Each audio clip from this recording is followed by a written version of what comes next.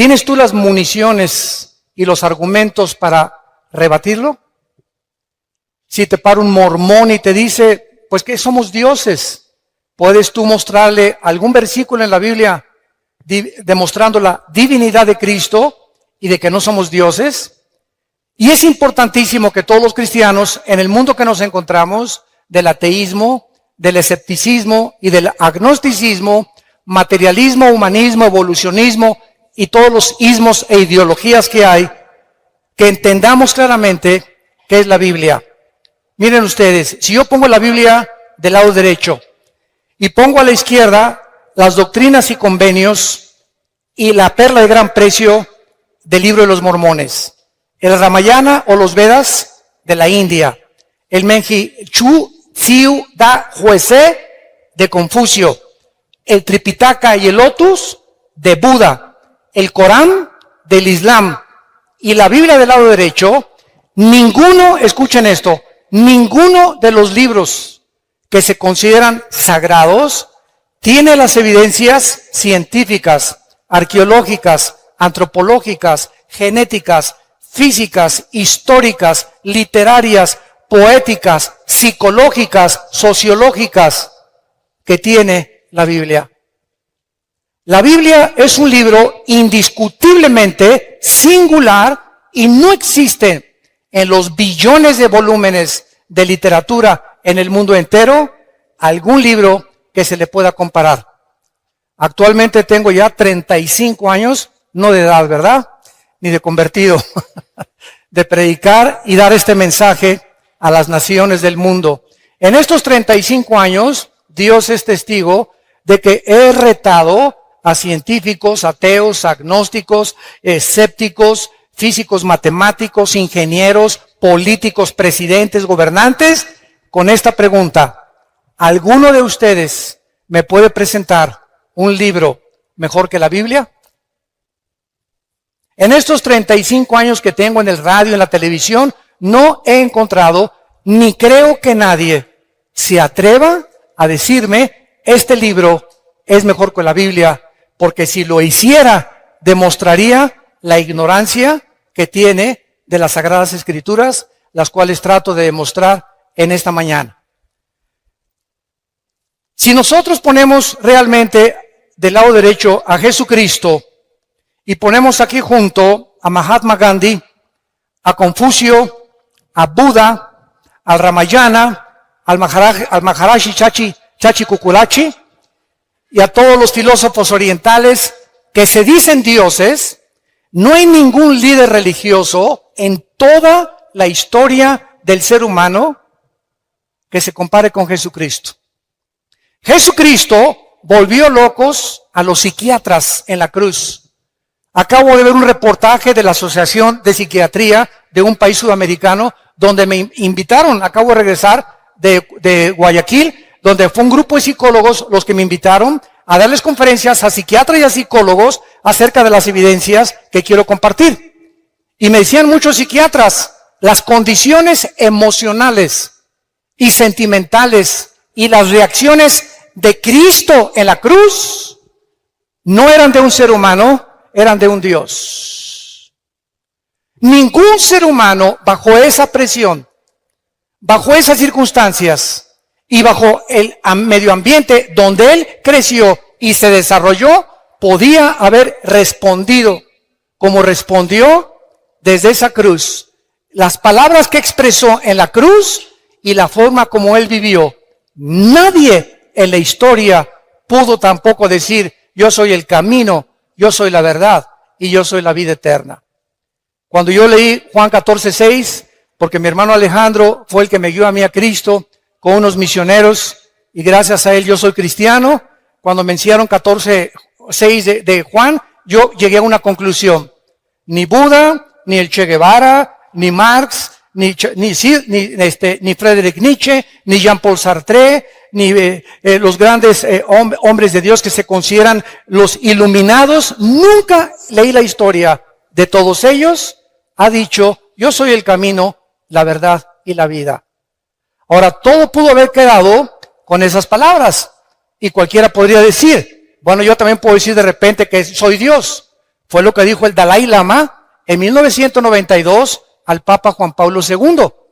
Y cuando vi en el periódico que el Dalai Lama le dijo al Papa que él era Dios, le mandé un correo a la embajada de China preguntándole, ¿nos puede usted anunciar cuándo se va a morir y resucitar?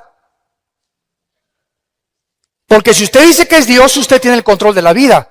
Y Jesucristo dijo, es necesario que el hombre, el Hijo del Hombre, sea muerto, perseguido y vituperado, y a los 3 días se levante los muertos. Cuando tomó la última cena, Cristo sabía que era la última cena, que no volvería al otro día volver a comer con sus discípulos. Y así fue como les dijo, este pan y esta copa que vamos a beber, no la van a comer ustedes ni a beber hasta que estemos todos juntos en el reino de Dios. Él estaba perfectamente consciente a qué había venido y exactamente el día, la hora, los minutos y los segundos en que le quitarían la vida y la ofrecería para pagar por nuestros pecados. Veamos en primer lugar la evidencia de la singularidad de la Biblia. Apunten ahí número 1, la singularidad. La Biblia fue el primer libro en haber sido escrito en la imprenta de Gutenberg, 1455. El primer libro que se haya impreso en una imprenta fue la Biblia y se llamó la Vulgata Latina, que fue traducida posteriormente por un monje llamado Jerónimo. La Biblia es el libro más vendido, más publicado, más traducido a más idiomas, a más de 4,850 idiomas y dialectos que ningún otro libro jamás en la historia. En 1986 se había traducido la Biblia a 6,700 lenguajes que por los traductores Wycliffe. Y actualmente, si tú buscas, por ejemplo, como me dijo una vez un ateo, Homero escribió la Ilíada y la Odisea, y le dije, cítame los libros de los griegos, la época de oro de los griegos, dime cuándo se escribió el Corán, el Islam, las traducciones de los sumerios, dime lo que tú quieras. De la Biblia hay 13,000 copias manuscritas del Nuevo Testamento, 8,000 de la Vulgata Latina y 1,400 en el original griego y hebreo. Simplemente en 1948, para que vean cómo la gente habla sin hablar, en 1948 se descubrieron los rollos del Mar Muerto, que se llaman los rollos de Qumran, donde vivió un grupo que se llamó los esenios. Muy bien, en estos rollos que se encuentran en el museo, mi esposo y yo los vimos en Jerusalén, cuando vayan a Jerusalén, en el museo, se encuentran y están extendidos exactamente como fueron escritos por los profetas hebreos, y es exactamente lo que está escrito en la palabra de Dios que nosotros tenemos. Así que cualquier duda que exista de que la Biblia fue adulterada, que fue aumentada, etcétera, etcétera, ahí se encuentran los documentos originales. Ahora bien, en el último siglo, la Biblia ha comenzado a traducirse, que la Biblia del joven, la Biblia de la esposa, la Biblia de los jóvenes, etcétera, etcétera, y todas las traducciones modernas están de alguna u otra manera alteradas por la Sociedad Bíblica Internacional. ¿Por qué? Porque entonces dijeron ellos, no podemos vender la Reina Valera de 1960 ni la King James, que son las mejores traducciones de los textus receptus, o sea, de los textos recibidos originales. No podemos, dijeron ellos, y tenemos que seguir con el negocio, y tenemos que seguir imprimiendo Biblias de color de rosa, moradas, verdes, amarillas, para seguir vendiendo por intereses económicos, desgraciadamente. Entonces, una de las peores versiones que hay se llama la Nueva Versión Internacional, que sustrajeron 26 versículos del Nuevo Testamento. Yo no se lo recomiendo a nadie. Entonces, esto nos muestra claramente, ¿verdad?, el ataque que la Biblia tiene. Por ejemplo, después de su muerte, un hombre que se llamó François Voltaire en 1778, un ateo agnóstico que persiguió a la Biblia y a los cristianos en Francia, dijo lo siguiente antes de morir: la Biblia jamás podrá, después de mi muerte, pasar a la historia y nadie la volverá a publicar. Cuando se murió, la casa de Voltaire se convirtió en la imprenta más grande de Biblia de Europa. Coincidencias del destino. Veamos a continuación su unidad. La Biblia es un compendio de 66 libros. Vean esto. Son 66 libros que hacen un solo compendio. Estos 66 libros fueron escritos en 1500 años. En 1500 años. El último libro que se escribió en el siglo I después de Cristo fue el libro del Apocalipsis. Estos 66 libros fueron escritos por más de 40 hombres diferentes.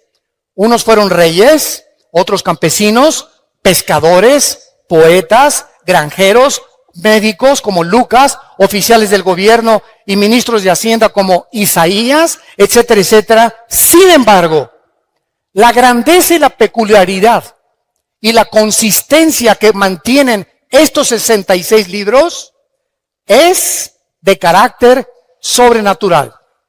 Déjenme explicarles.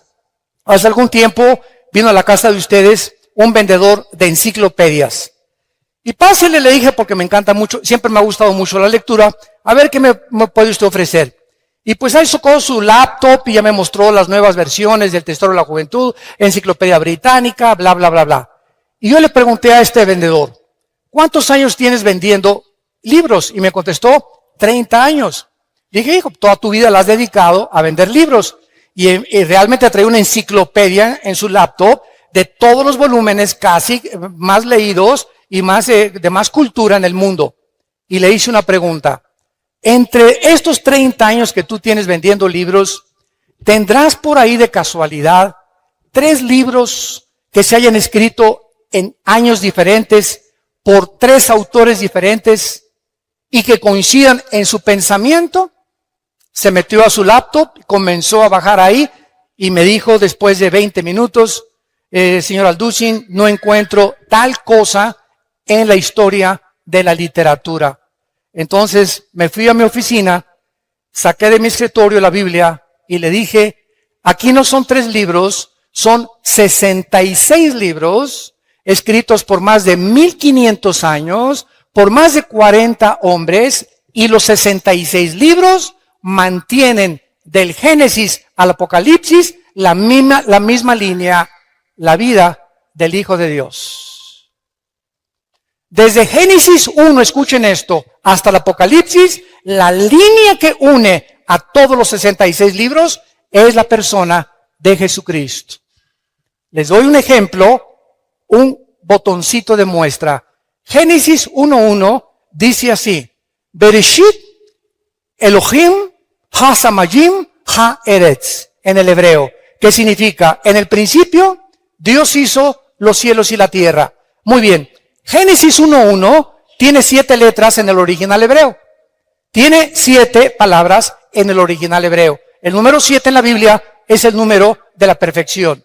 Muy bien, de estas 7 que tiene, el de en medio de Génesis 1 es el símbolo del menorá, que es el candelero que aparece en Apocalipsis. Y si tú te metes en una computadora, como lo hicieron en 1990-95, judíos expertos matemáticos en computación descubrieron que cada 7 letras en el original hebreo aparece el nombre Yeshua, que es Jesús. Y estamos hablando de algo que se escribió hace 4500 años. Por más que hubieran tenido computadoras y hubieran sido genios de la literatura, nadie podía haber acomodado tal fraseología en la Biblia, la palabra de Dios. Ahora veamos a continuación algunas evidencias científicas, señores científicos que nos visitan y los que nos escuchan a través ahorita por el internet y las redes sociales. En el Génesis capítulo 1, entendemos nosotros que la Biblia es el único libro que nos ofrece cómo fue hecho el universo. Los científicos, óiganlo muy bien si hay estudiantes de universidad aquí o profesionistas, nunca la ciencia jamás podrá darnos la explicación de lo que sucedió en el origen del universo. Porque para que sea científico, tiene que ser repetitivo. Nadie nos podrá explicar de dónde venimos. Y como la ciencia no puede retroceder a millones o miles de años en el pasado, los científicos también especulan, también teorizan, también tienen hipótesis, también son filósofos. Por eso se llama la teoría de la evolución. Y pues cuando tú hablas con un ateo o vas a la universidad y no han leído la Biblia tus maestros, ¿qué les queda para poder explicar de dónde venimos? Y te dicen que tu abuelita fue chita. Que somos el proceso de una selección natural, que los dinosaurios se convierten en conejos, los conejos en changos, los changos en dinosaurios, los leones en pumas, los pumas en perros, los perros en gallinas. Y esto, escuchen esto ni científica ni biológicamente es posible. La biología y las leyes de la física demuestran que es imposible la evolución. ¿Pero por qué? La siguen enseñando en las escuelas a nuestros hijos, porque no tienen otra opción. Y si la tuvieran, tendría que ser la Biblia y tendrían que convertirse a Jesucristo. Y su soberbia intelectual no les permite aceptar las evidencias, aunque ellos ni siquiera se han preocupado en buscarlas delante de Dios. La Biblia dice que el primer día Dios hizo la luz, el segundo día el firmamento, el tercer día la tierra y el mar, el cuarto día el sol, la luna y las estrellas, el quinto día los peces y las aves, y en último lugar, la obra de arte de Dios fuimos nosotros. Porque ni los perros, ni los cocodrilos, ni los changos, ni los conejos, ni las jirafas fueron hechas a imagen y semejanza de Dios. En esto precisamente radica la dignidad del ser humano.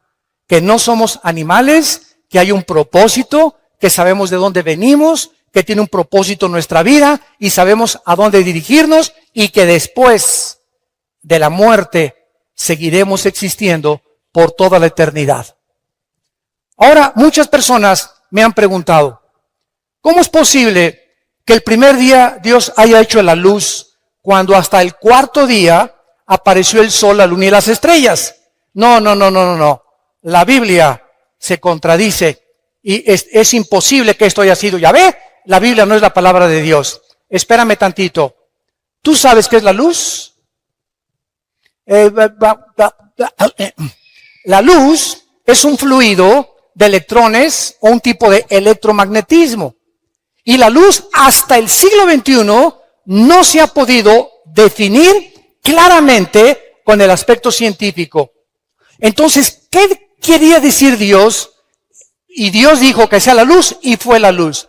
La luz es el espectro electromagnético que rodea la Tierra y que hace posible la comunicación entre los seres humanos y los animales. Si nos vamos en un cohete y nos salimos de la Tierra a la Luna, nos tenemos que llevar escafandras, porque allá arriba le puedo decir, ¿verdad? Pancho, ¿me oyes?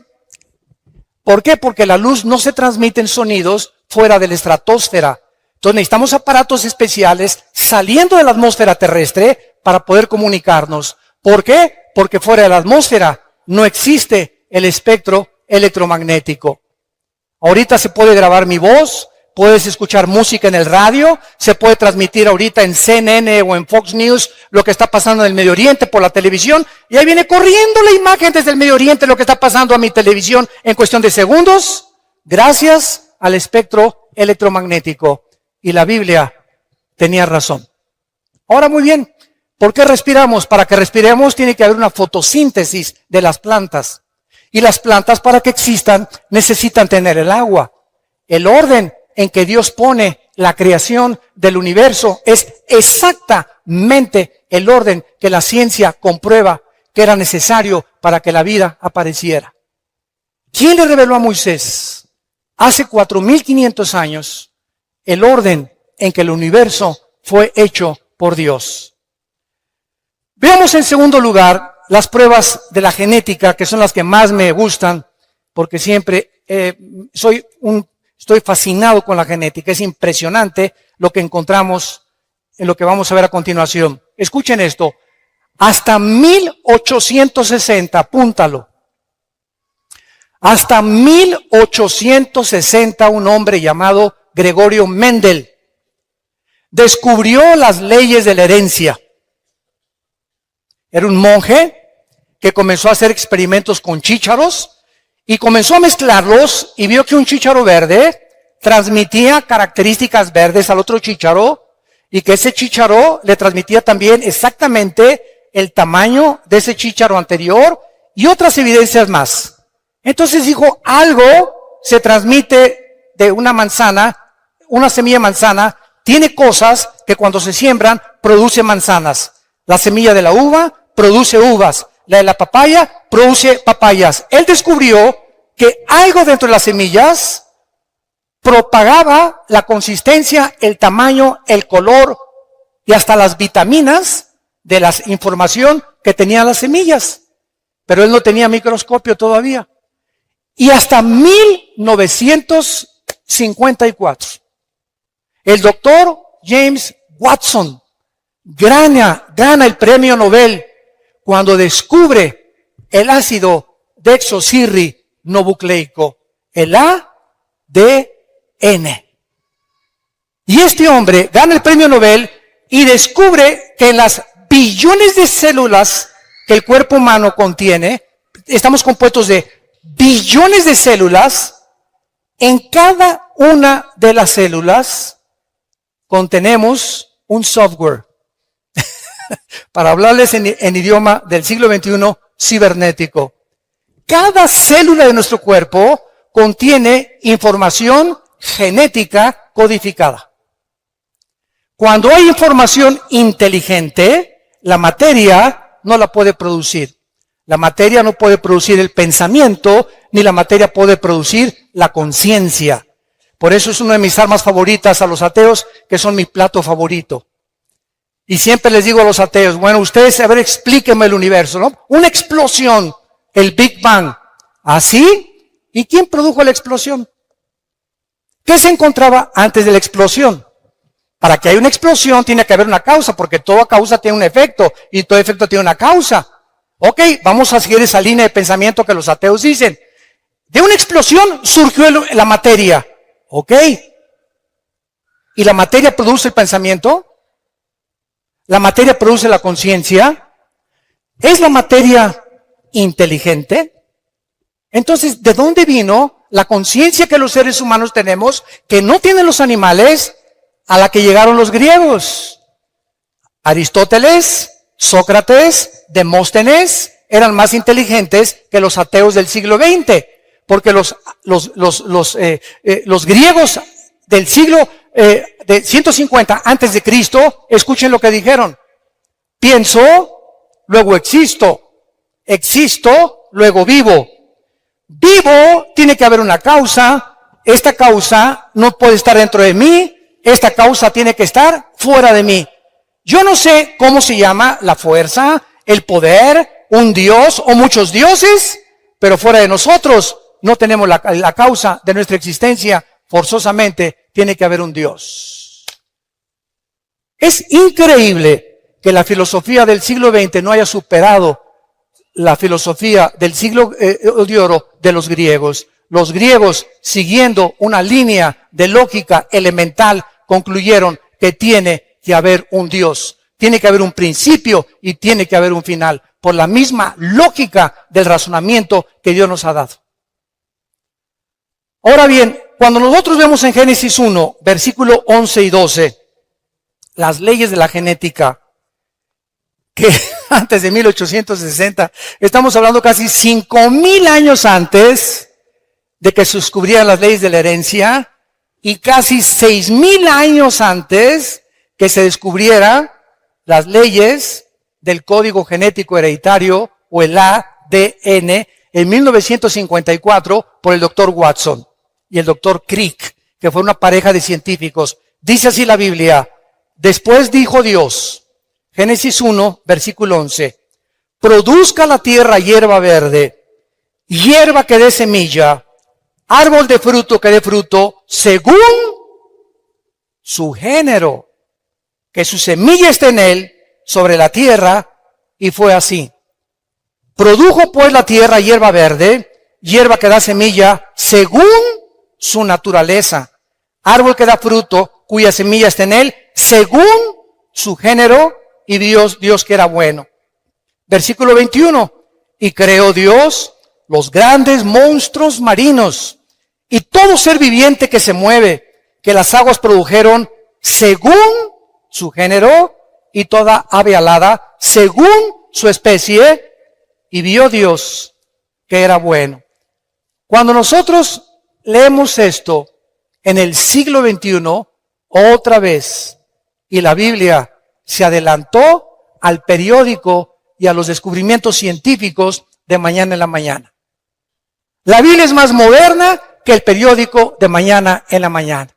La Biblia ya establecía las leyes de la genética, que una semilla de uva tiene un código genético que determina que cuando se siembre crezca no como plátano, ni como naranja, ni como papaya, sino que crezca con las características de la información que ahí le pusieron el que creó esa semilla. Y además esa semilla trae características antioxidantes para que los seres humanos cuando coman uvas sepan que están tomando antioxidantes. A las semillas de las naranjas tiene un código informativo, un software que Dios les puso para que cuando se siembre den exactamente, según la naranja, las características de la naranja, las vitaminas de la naranja, el color y el tamaño de la naranja, y no plátanos ni papayas. Y cuando Dios hizo al ser humano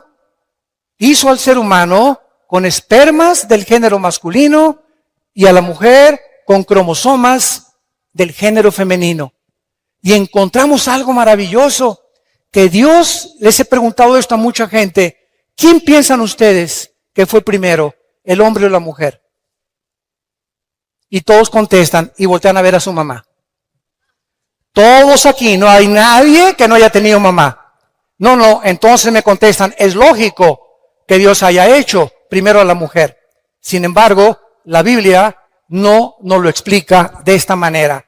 Y cuando se descubren las leyes de la genética, nos sorprendemos las evidencias científicas, no teorías, con que está avalada y respaldada el registro de la palabra de Dios. ¿Se acuerdan cuando Dios creó a Eva? ¿De dónde la sacó? Muy bien. Primero Dios hace al hombre. Agarra el polvo de la tierra, así de lodo nos hizo a nosotros, varones. Así de lodo a los hombres, ¿verdad? Así toscos, bruscos. Y ya después de que hace a Adán como una estatua, Dios hace esto. Y Adán recibe algo que no recibió Chita. Ni los gorilas, ni los rinocerontes, ni los pájaros, ni los perros, ni los gatos. El hombre recibe el aliento directo, infundido de Dios, porque dice Eclesiastés 3:11 que Dios pone desde ese momento la eternidad en el corazón humano.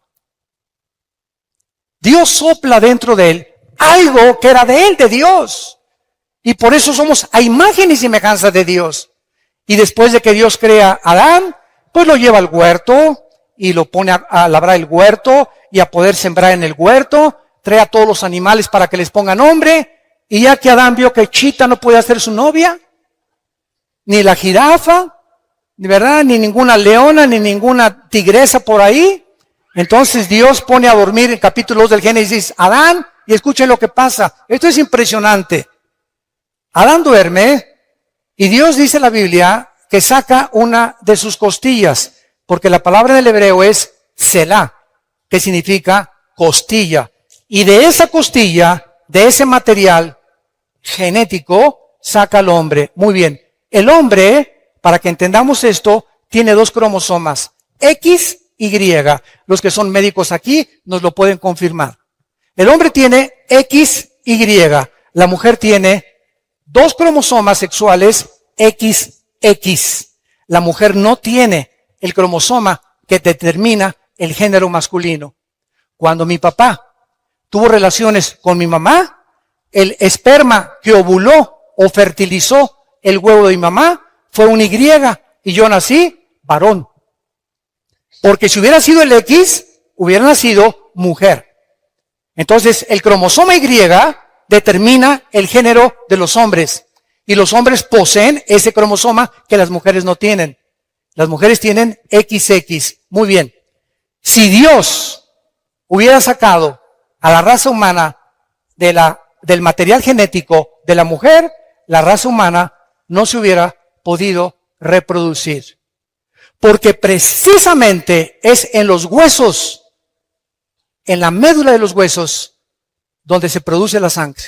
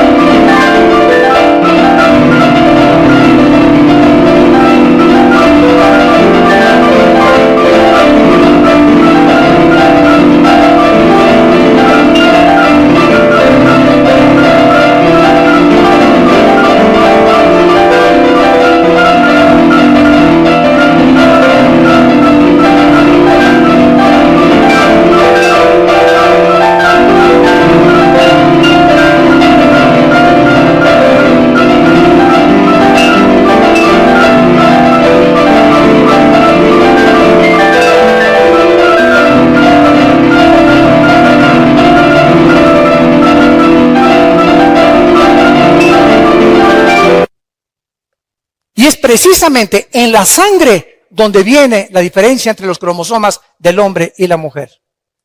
Si vas a un consultorio médico, a los laboratorios del Chopo, por ejemplo, y te hacen un examen de sangre, te dicen si eres hombre o mujer.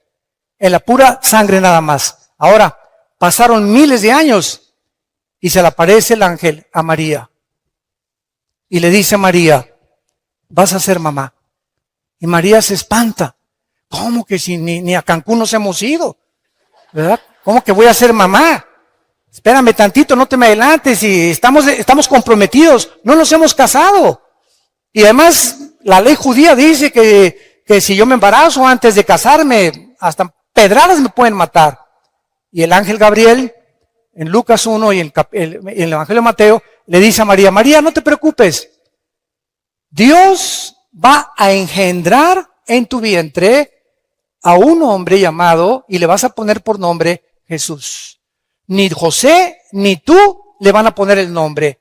Y sabes una cosa, María, que ese ser que van a nacer no va a ser engendrado por José.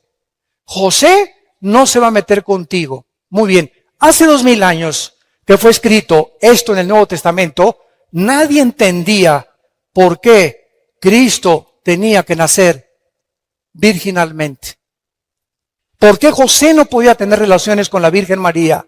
Simplemente porque el cromosoma Y de José venía infectado desde Adán. Porque por un hombre entró el pecado y el pecado se transmitió a través de toda la raza humana hasta nosotros. Todos los seres humanos, todos sin excepción, desde Adán, hemos nacido infectados por el pecado. Carlos Marx le decía la lucha de clases. Sigmund Freud, el problema del Medio Oriente y la sexualidad infantil. William Shakespeare, el defecto trágico. Y muchos hombres han tratado de por qué el hombre es contradictorio en su comportamiento. ¿Por qué esa conducta autodestructiva con la cual nacemos? ¿Por qué a los niños no les enseñas a portarse mal? Desde que están chiquitos, un niño al año y medio es el más grande dictador de su casa. Un niño al año y medio, a los 2 años, ¿verdad? A los 3 años, no quiero mi juguete, quiero el de Pepito. No se hace eso, niño, no me hace berrinchito. Y vemos que hay algo dentro del ser humano que va en contra de toda autoridad, de todo lo que se les dice.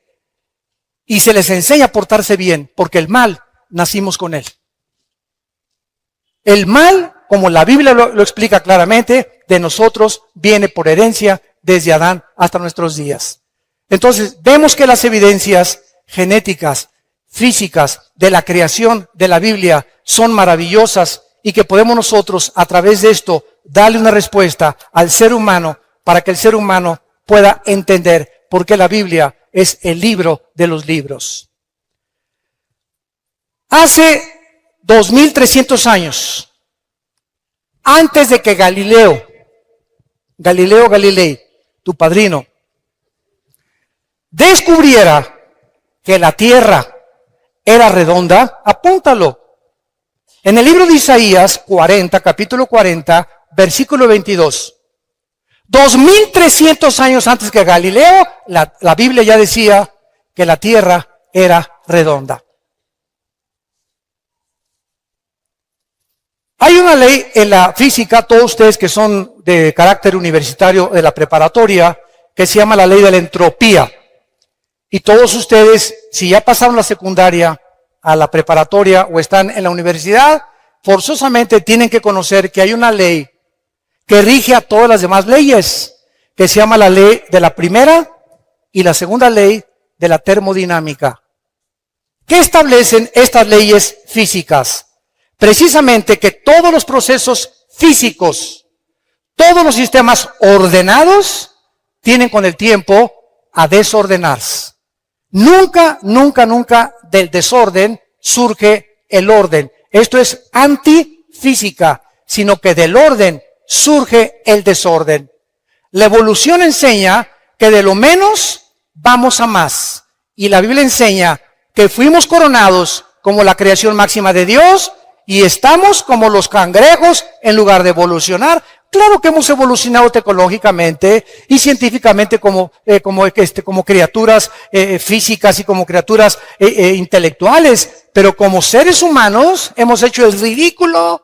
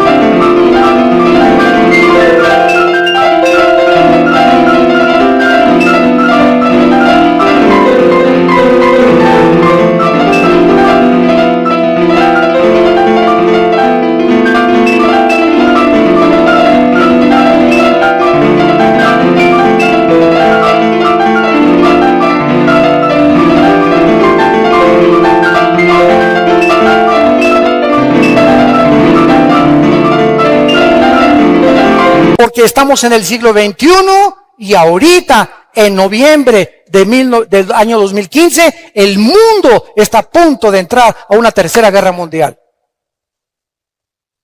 ¿Dónde está el razonamiento? ¿Por qué no hemos podido vivir en paz? ¿Qué le pasa al ser humano? ¿De qué nos sirvió llegar a la luna? Y los experimentos y los descubrimientos, todo eso ha ensoberbecido al ser humano. Simplemente, profesando ser sabios, se hacen necios. Porque habiendo conocido a Dios, no le quieren glorificar como a Dios, ni le quieren dar gracias. El ser humano está envanecido en sus razonamientos. Su corazón ha entenebrecido y nos hemos creído dioses. Y por eso el mundo se encuentra como se encuentra. Por eso Estados Unidos legalizó el aborto en 1973. En junio de este año legalizaron los matrimonios gays, que es el síntoma más grande de descomposición de la familia en el mundo entero y de una nación, porque la nación la forman las familias y las familias forman las naciones. Si la familia se desintegra, la nación no tiene ningún futuro. Y este es el punto al que hemos llegado, porque no hemos querido aceptar a Dios. Antes de que las leyes de la entropía y de la termodinámica se descubrieran en el libro de Hebreos, capítulo 1, la Biblia escribió hace 2000 años la primera y la segunda ley de la termodinámica, señores astrónomos, astrofísicos y físicos matemáticos que nos están escuchando en este momento. Y eso no te lo enseñan en tu universidad ni en tu escuela. Les da vergüenza reconocer que hay libros que superan los libros de física del siglo XXI del ser humano. Dice Hebreos 1, versículo del 10 en adelante. Y tú, oh Señor, en el principio fundaste la tierra. Los cielos son obra de tus manos. Ellos perecerán, mas tú permaneces. Todos ellos se envejecerán como una vestidura. Como un vestido los envolverás y serán mudados. Pero tú eres el mismo y tus años no acabarán. Exactamente lo que estas leyes establecen, que todo se descompone, todo se oxida, todo se termina, todo se arruina, todos tenemos que meterle mantenimiento a un edificio, mantenimiento a mi coche, mantenimiento a mi persona. Estamos nosotros muriendo celularmente cada segundo. Todo el universo que está a nuestro alrededor está en proceso de descomposición. El Sol pierde millones de toneladas masa cada segundo, tal como la Biblia lo anunció hace 2000 años. Los cielos se envejecerán, todo se echará a perder, pero tú, Señor, eres el mismo a través de la historia. Y en último lugar, aunque tengo aquí más de 50 evidencias bíblicas, estas las compartí en Colombia, quiero mostrarles a ustedes las leyes médicas, también evidencias médicas, si hay médicos acá.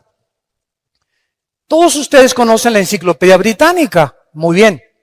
La Enciclopedia Británica, no la Biblia, La Enciclopedia Británica documenta que en 1845 había un hombre médico llamado Ignacio Semmelweis. Y este médico estaba aterrorizado porque de cada 100 mujeres que parían, se morían 70, 80 mujeres. Dijo, Dios mío, ¿pero qué está pasando? Somos médicos y nosotros tenemos que en lugar de que se nos mueran, salvarles la vida. Entonces este médico comenzó a leer el libro de Levítico, donde Dios le dio a su pueblo Israel las leyes de la sanidad, las leyes médicas, las leyes de la higiene que deberíamos de tener antes de que se descubriera la proliferación bacteriológica y microbiológica que existe en el aire. Por ejemplo, si tú ves a un perro que se hace chis en la calle o que se hace excremento en la calle, ese excremento tiene millones de bacterias que comienzan a subir en el aire y no las vemos. Y tú pasas y haces y respiras y ahí te estás metiendo, ¿verdad?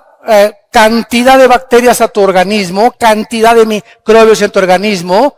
Y por eso en Levítico, escuchen, Dios, antes de que se descubrieran la proliferación bacteriológica en el medio ambiente, Dios le dijo a Moisés, dile a tu pueblo que cuando hagan excremento lo entierren con un palo debajo de la tierra. Y Moisés dijo, pues ¿qué es? El Señor me dijo que le hiciéramos una...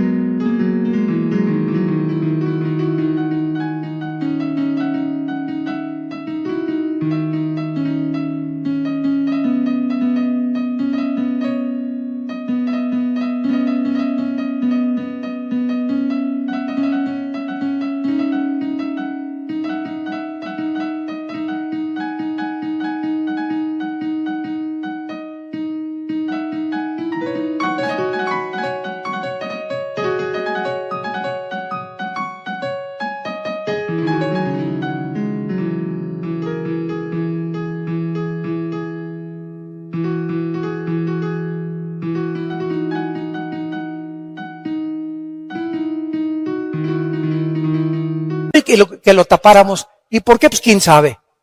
Fueron miles de años los que pasaron hasta que se descubrieron la proliferación de bacterias. Bueno, este doctor, que se encuentra registrado en la Enciclopedia Británica, leyó Levítico 15, versículo 13. Y ahí descubrió este doctor el secreto de por qué las mujeres se estaban muriendo cuando los médicos las estaban atendiendo en los partos. Y dice así: cuando se hubiere limpiado de su flujo, el que tiene flujo contará 7 días después de la purificación y lavará sus vestidos. Escuchen esto. Y lavará su cuerpo en aguas corrientes, no en aguas estancadas, sino que les dijo Moisés: cuando se laven las manos para limpiarse de cualquier impureza, de semen, de flujo, de lo que sea, lávense las manos, pero tengan cuidado de nunca lavárselas en charcos, ni las pongan en cubetas y se laven ahí.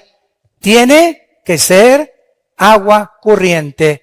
Y entonces el doctor Semmelweis, registrado en la Enciclopedia Británica, les recomendó a los doctores que se lavaran las manos antes de atender a las mujeres que iban a parir.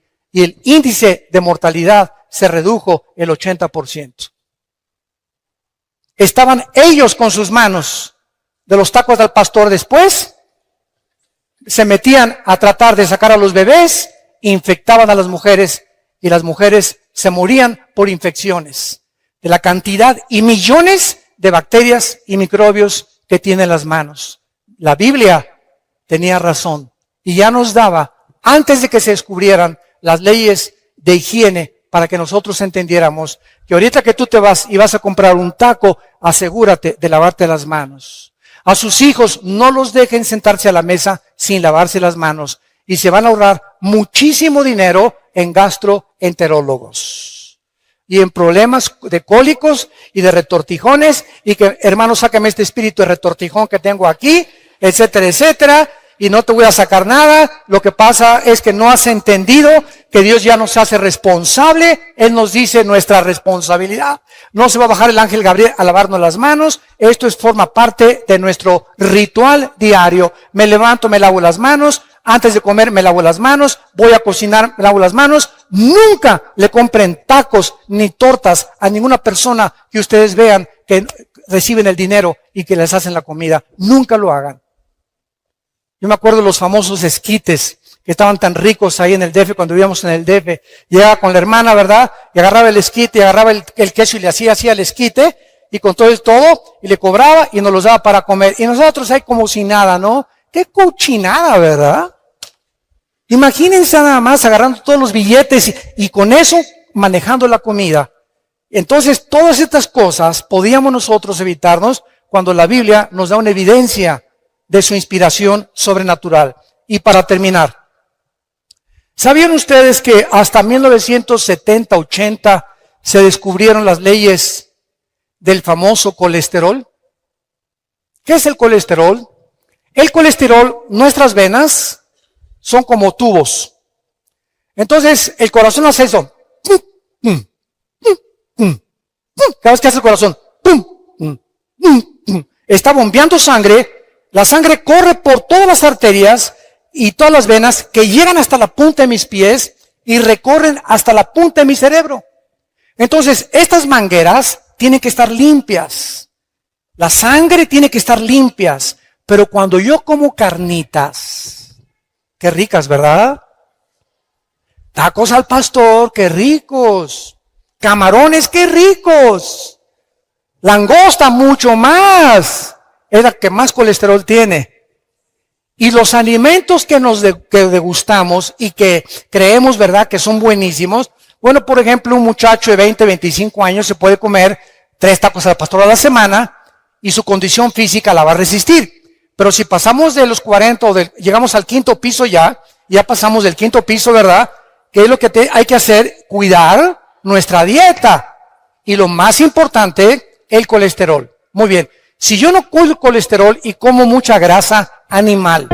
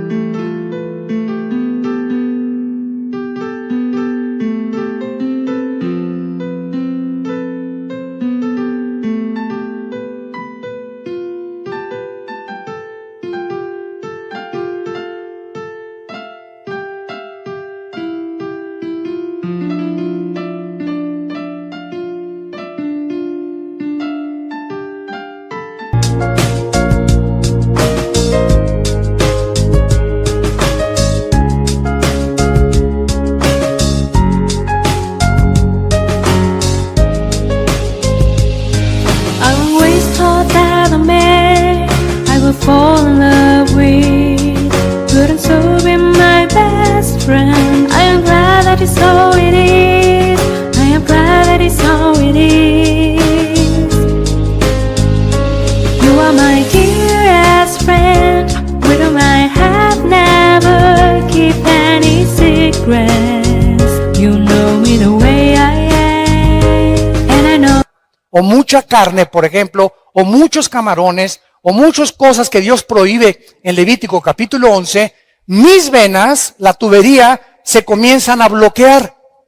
Entonces se aprietan las venas y el corazón hace... Comienza a bombear con más esfuerzo el corazón porque el colesterol está bloqueándome las venas y por eso sobrevienen los ataques cardíacos. De repente tienes 40, 45, 50 años. ¿Y qué me pasa? Al hospital y vas para el suelo. Y te hacen un examen de sangre, estás con el colesterol de más de 200 puntos, los triglicéridos más de 300 y la glucosa más de 100 puntos, que son los límites que debemos de tener. ¿Por qué? Porque estamos violando las leyes de la higiene que Dios estableció en su palabra. Todo nos es permitido, mas no todo nos conviene. Según la edad que tengamos, tenemos que tener más cuidado. La Biblia nos recomienda beber por lo menos 2 litros de agua diarios.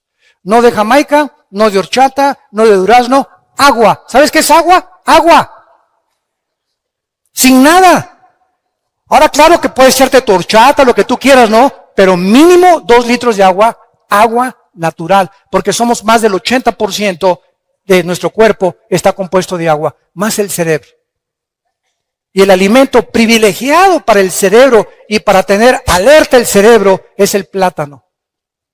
Un plátano diario te da el potasio y las características que necesitan tus neuronas del cerebro para que pienses bien y no sigas pensando en el Calimán ni en ricas y famosas. Santos de Dios, tenemos el libro, la palabra profética más segura a la cual haríamos bien en estar atentos. Qué privilegiados somos nosotros los cristianos, de tener un mapa, un GPS, una brújula, que me diga cómo tratar a mi esposa, qué es el matrimonio, cómo debe ser mi noviazgo, cómo debo manejar mis negocios, cómo debo de manejarme la sociedad, cómo debo de pensar, a dónde me dirijo, cómo sacar de mi vida el estrés, la ansiedad fuera de mi vida. No. Confío en Dios, Él es mi Salvador, mi roca, mi castillo. Oh Dios, en ti confiaré. Fuera estrés de mi vida. Ahora sí he descubierto que el estrés es la enfermedad que produce el 60% de las dolencias físicas y mentales del ser humano. El estrés. La clínica Rochester en Mayo, la clínica Mayo en Rochester y el hospital Hopkins en Estados Unidos coordinaron y coincidieron por primera vez el año pasado que el estrés es la enfermedad más grave del ser humano del siglo XXI. España es el país que más pastillas tranquilizantes consume. Es el país donde hay más abortos y donde hay más divorcios en todo el mundo, en España. Y en México no nos quedamos ya para atrás. Cantidad de ustedes están recurriendo a Valium, a Prozac, a tranquilizantes nerviosos para poder funcionar químicamente. Y te estás drogando sin que tú te des cuenta. ¿Por qué? Porque no crees que Dios dijo, mi paz les dejo, mi paz les doy. Hace 2000 años el Hijo de Dios nos trae la medicina antes de que la enfermedad surgiera, el estrés. ¿Qué es el problema de la gente estresada? Que no tiene paz. Y si tú no tienes paz, no puedes pensar. Si no tienes paz, no puedes orar. Si no tienes paz, no puedes venir a la Biblia. Porque como Pepito en Comal llegas, ¿verdad? Y el Espíritu Santo te dice, aplácate, sereno moreno primero. Tranquilino pino cocolino. Ya que te calmes, ya que te tranquilices, dice el Espíritu Santo, me podré comunicar a tu espíritu. Pero en el estado en que tú te encuentras, no vas a discernir la voluntad de Dios para tu vida. Por nada estén afanosos, sean conocidas sus problemas con toda oración y súplica en el Espíritu. Y la paz de Cristo, que sobrepasa todo entendimiento, guardará nuestros pensamientos y nuestros corazones en Cristo Jesús. Shalom, que tengan paz.